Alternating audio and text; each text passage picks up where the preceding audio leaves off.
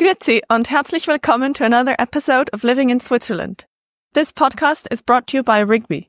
We are a staffing and project services company based in Zurich.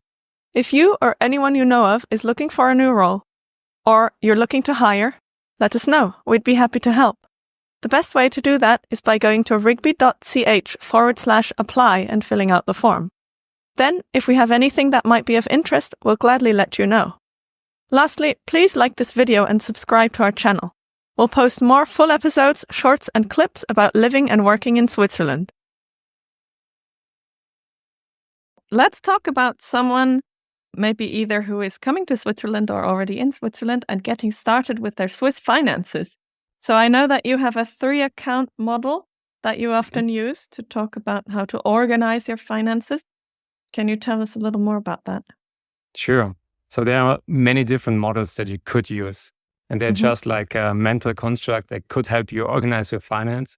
And right, of course. A 3-account model is a really simple one. There are like 5 or 6 account models on my blog if you want to know more about them to get more sophisticated.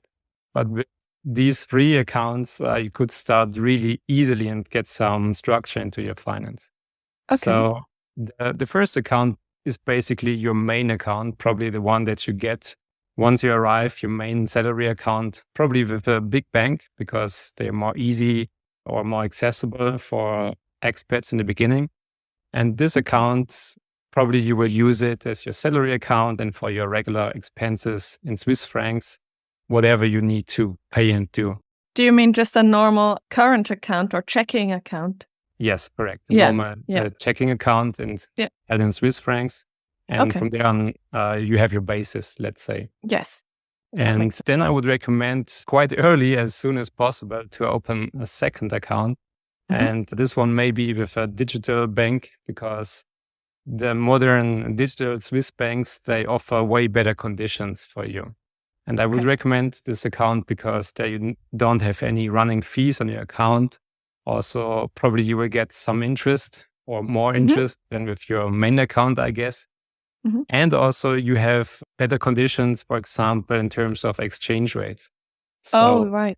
Yeah. So if you, let's say, go home to your home country or you travel abroad and you need to spend your Swiss francs in another currency, then the traditional banks will probably charge 1% or even more, sometimes up to 2 or 3% for the exchange. And with the digital banks, you can get really, really low and affordable exchange rates.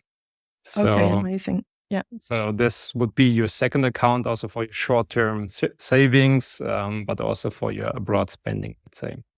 Okay, so an account where sort of your day-to-day spending would come out of?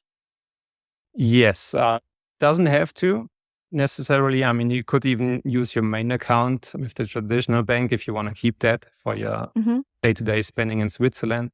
But once you go abroad, and once you want to save some money aside and get some interest on it, then I would recommend to get the second account for that. Okay, that makes sense. And then there's a third account?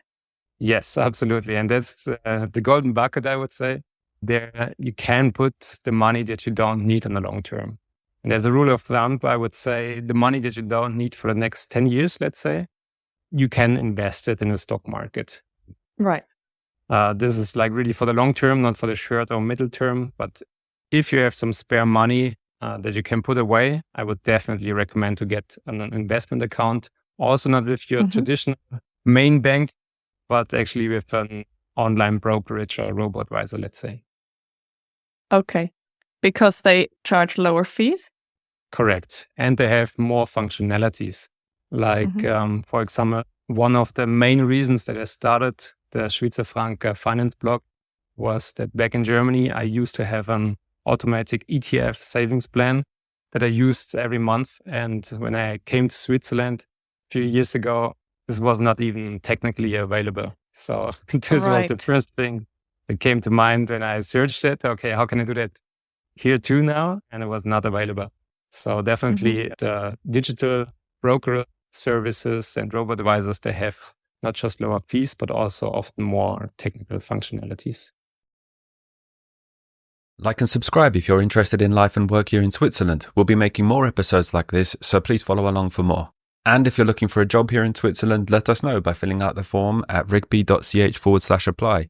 We'll then be in touch whenever we have a requirement that might be of interest to you.